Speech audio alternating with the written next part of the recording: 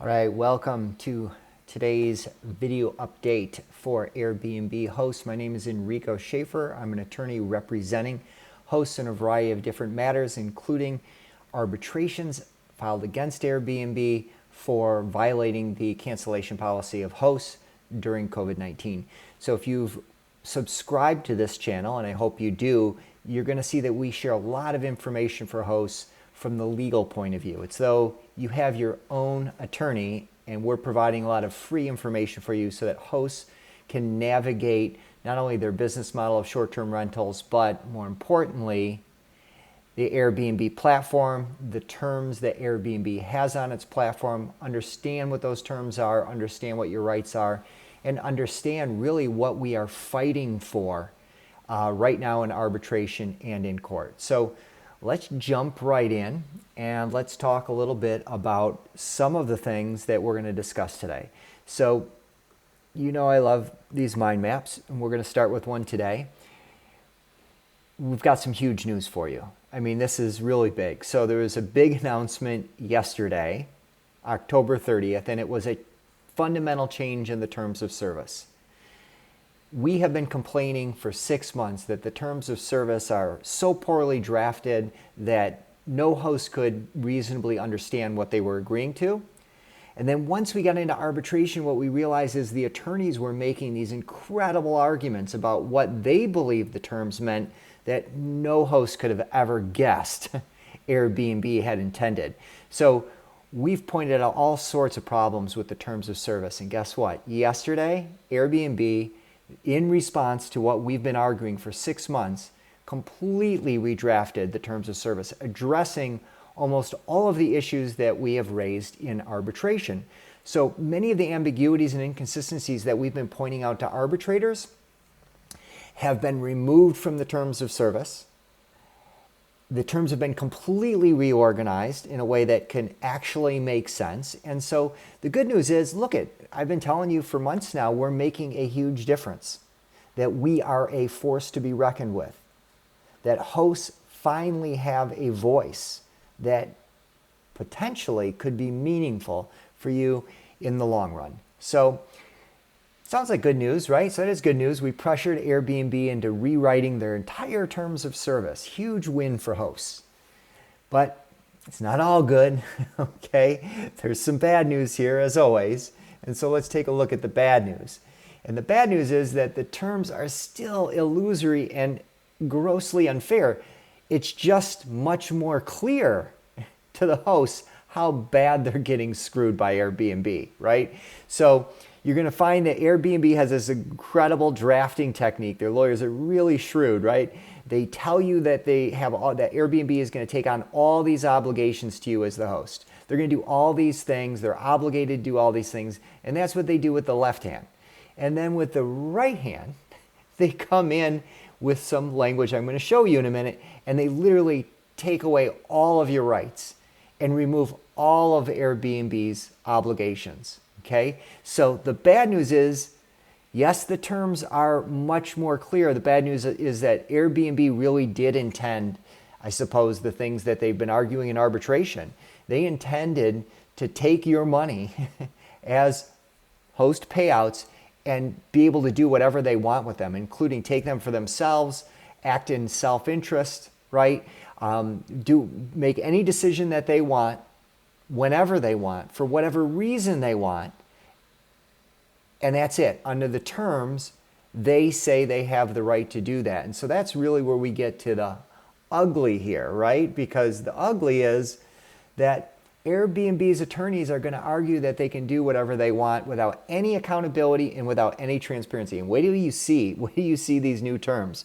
They look really good, but then the left hand giveth and the right hand taketh away. And you're going to see that in these terms. So we're making progress. I don't want you to be completely disenchanted or disheartened. There's some really good stuff going on. We are moving the ball. All right. So let's take a look at some things here. And the first one is, I think, just fascinating, because what we've been saying for 6 months is hosts want a seat at the table. Hosts want a seat at the table. We're arguing for a seat at the table, a seat at our own kitchen table. Well, guess what? Airbnb yesterday on October 30th, issued this big public relations statement that says how we're giving hosts a seat at the table. And congratulations to you, right? Because they picked up on our phrase and they're actually incorporating it into their public relations and their marketing. And so look there's again some really good stuff here. Many of us are really big fans of Airbnb on a lot of different levels and for a lot of different reasons, but we do demand fairness, transparency, and accountability. And so we haven't quite gotten there yet, but we're going to show you how they've decided that they're going to try and help you understand what your rights are as a host under the new terms, and then they're going to essentially give you this big public relations spin here about having a seat at the table. So they've created this thing called the Airbnb Host Advisory Board, and they've created a potentially multi-billion-dollar host endowment fund, which is going to fund things that they say are going to be good for hosts. So great. We're not going to look a gift horse in the mouth. We appreciate that Airbnb has heard us, that they're going to start incorporating, or at least say they're going to start incorporating some of our opinions. So let's take a look at some of this PR spin yesterday, and let's hope that it turns out to be more than PR spin. We won't know for quite some time. But they basically are saying here, right before they go IPO, we are committed to our partnership with the hosts and the hosts at the center. Now, partnership means you're working together. Partnership means that they're not trying to screw you at every possible juncture. A partnership means the attorneys aren't trying to draft a trap door into every obligation they might otherwise have. So maybe their public relations team and their new head of hosting are trying really hard to make a difference. The lawyers on the other side are going to be taking away any good that's coming from some of these new initiatives that Airbnb has. So this host advisory board is going to be supposedly a voice for hosts down the line. We'll take it. Let's hope it's not only a seat at a table, but there's not a trap door underneath our seat. It's a start. We'll take it. You're going to see that there's a lot of questions here, and you should check this out. I'll put it in the notes underneath here, the link to this particular post. But it answers a lot of the questions that they know hosts are asking, because we ask this every day of Airbnb in these arbitration cases. And so they say, how will we know that we're going to be heard? How are we going to know we're going to have a voice? What is the endowment? What is the endowment going to be used for? So all legitimate questions, no good answers here, right? No good answers, but it's a start. So you could take a look here as they're going to create a $1 billion fund out of the new IPO stock. So they hope to get a certain valuation IPO. Part of the stock from the IPO is going to be put into a fund supposedly for hosts. And I'm going to show you the real problem with this is Airbnb acts in its self-interest with your money, and it will with this fund as well, if it is left in charge of the decisions, which it says it is going to remain in charge of the decisions as to what happens with the money. So just like with your host payouts, where they're supposed to be acting as a fiduciary for you, as a collection agent, where this money is supposed to belong to you, but then the lawyers on the other hand say, but we could take your money, we don't have to tell you why. We can completely obliterate your cancellation policy for any or no reason in our sole discretion, right? So same thing with the host endowment. Airbnb cannot be the judge, the jury, and the executioner on every issue. It just doesn't work. It's an illegal contract. So take a look at this. You'll see that there's really some good framework here and some good questions and the beginnings of some answers. We'll see what the reality turns out to be down the line. All right, so seat at the table. We'll take it. We're winning the battle. We've now got at least them using the language that we've been using for 6 months. All right, so let's take a look now at something that is really the big news of the day, which is new terms of service. Note the date. Note the date, October 30th, 2020, brand new terms of service. So, the good news is that, look, it's going to be clear what you're agreeing to. The bad news is what you're agreeing to is going to be completely unacceptable. No business person, no host would ever agree to what they're proposing, but at least it's clear. So a couple of things of note. We're going to be in the next shows really getting into this, and I'll analyze all this language in the terms for you so you know the contract upon which you're building your business. You'll understand the legal structure and the legal terms upon which you're building your business. So first thing you should know is they say last updated of yesterday, but what they haven't said is which terms are going to apply and to what claims, to what reservations, and when they take effect. They have to, under the old terms, give you 30 days email notice before they can apply new terms. So even though I haven't received any yet, and I'll be interested to hear if you've received any, but the terms are supposed to become effective. Some hosts have received this language. Will become effective for current hosts on January 20, 2021, the same day as their new extenuating circumstances policy takes place. All new users of the platform are immediately under these terms. If you're currently part of the platform, then supposedly they won't take place until January 20, 2021. What does this mean? Well, it means we got some time to continue to move the ball to get these to be redrafted yet again, which is what we're seeking to do. Some of the terms that are give them sole discretion to do whatever they want for whatever reason without having to tell you why, those need to go. And we're going to be litigating those issues in a class action. So what you need to know about this January 20th date is that you need to file your arbitration. If you've got any claims against Airbnb, included COVID-19 refunds, you have to file them now. Because if you file them after January 20th, 2021, Airbnb's lawyers are going to say that your arbitration is going to be governed by these new terms. You do not want that. So if you have COVID-19 refund claims ranging from hundreds of dollars to thousands of dollars, tens of thousands of dollars to hundreds of thousands of dollars, like some of our hosts, you definitely need to take a look at the 10,000 host platform. And you'll see here that this is the website that we've been using to help hosts file arbitration claims, 10,000hosts.com. Access this platform, contact us. I'll get you in the loop. We'll put you on our email list so you can stay involved, understand how you can file an arbitration against Airbnb in order to assert your rights before January of next year when those rights may be lost. All right, so let's take a look again here at some more aspects of the terms of service. Airbnb entities have changed. They've restructured maybe as part of the IPO, and so there's a whole new cast of characters in town besides Airbnb Inc., and you'll want to take a look at those, and we'll analyze those for you later.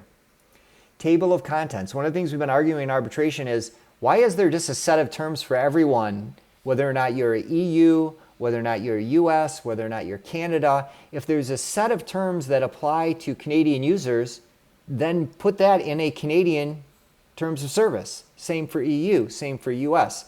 So same for guests and hosts. Separate the terms so that they're clear and easily accessible whether you're a host or a guest. So they've done that, and they've completely reorganized the terms of service. So you have guest terms, you have host terms, you have general terms. So some ones we're going to look at today: cancellations, travel issues, and booking modifications. There's your ECP, your extenuating circumstances policy. And the other one is Airbnb's rule. So paragraph 16 is brutal. It is the one part of this new terms that has to go away because it's illegal. Airbnb has a fiduciary duty when it's holding your money. It can't act in self-interest, and it has to be accountable to the obligations that it's taking on in order for any of this to even be enforceable, right? So good job, lawyers, for Airbnb. You've created this great trap door, which means Airbnb is not responsible or obligated for anything.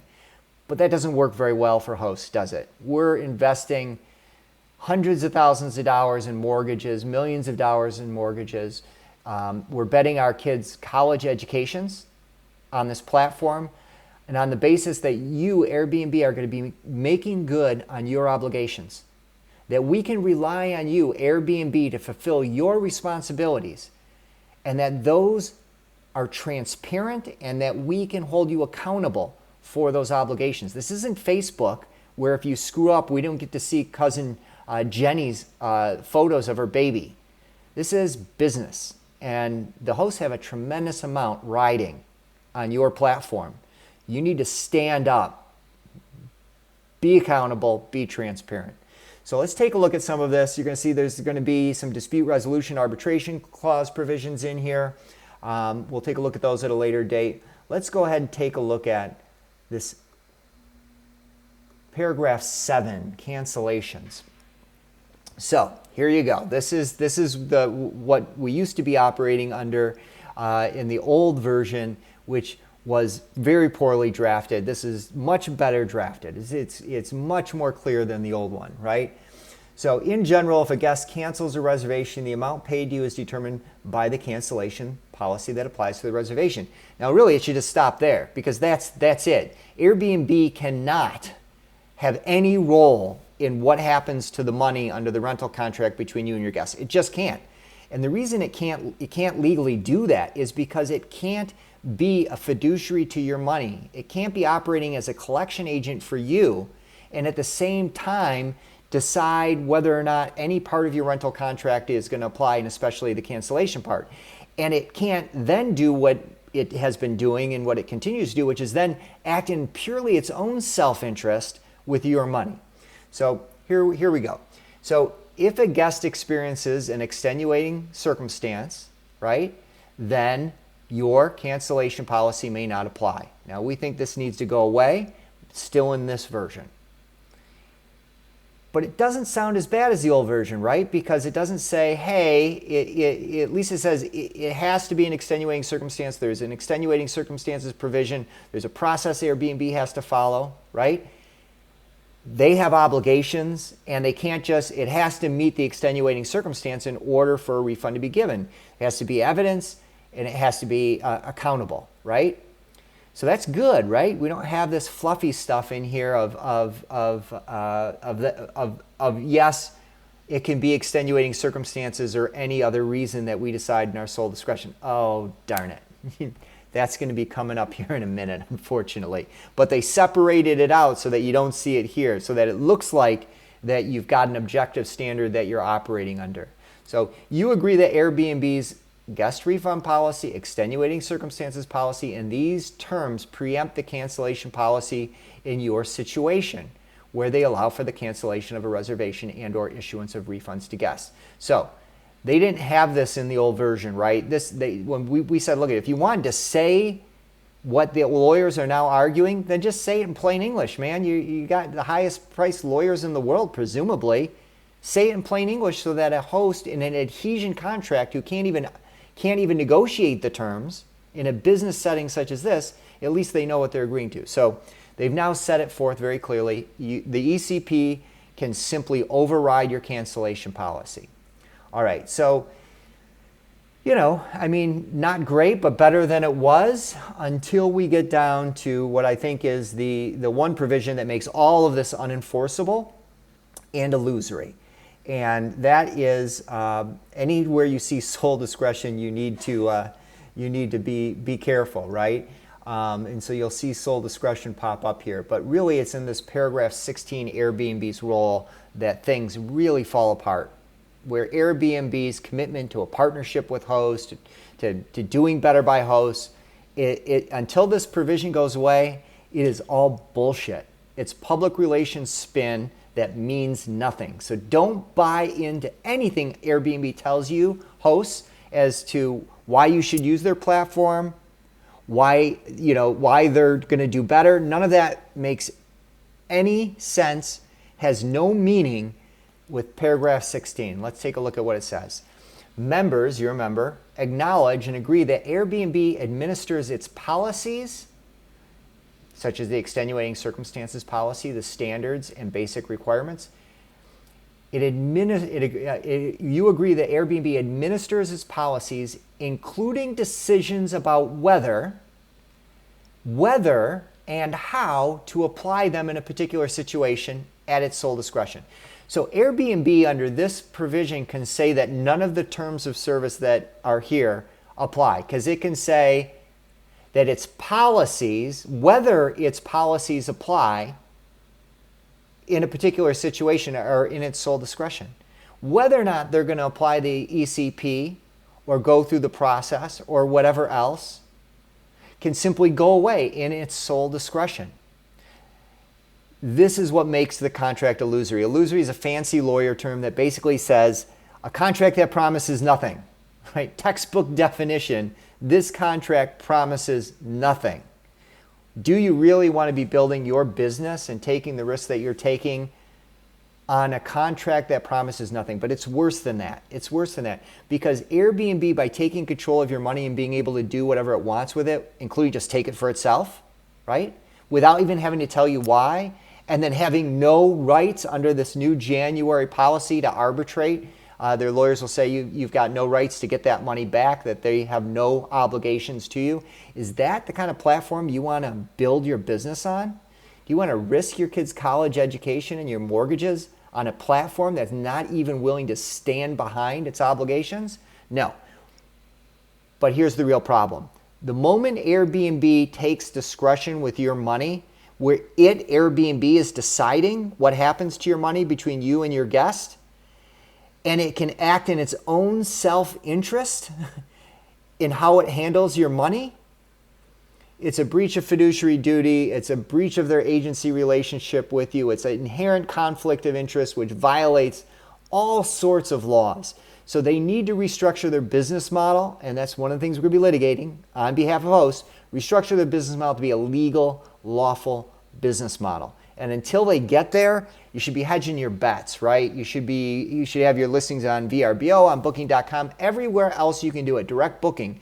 Because until Airbnb becomes accountable and transparent, it's risking too much. You cannot rely on Airbnb, and you cannot rely on the public relations spin of Airbnb.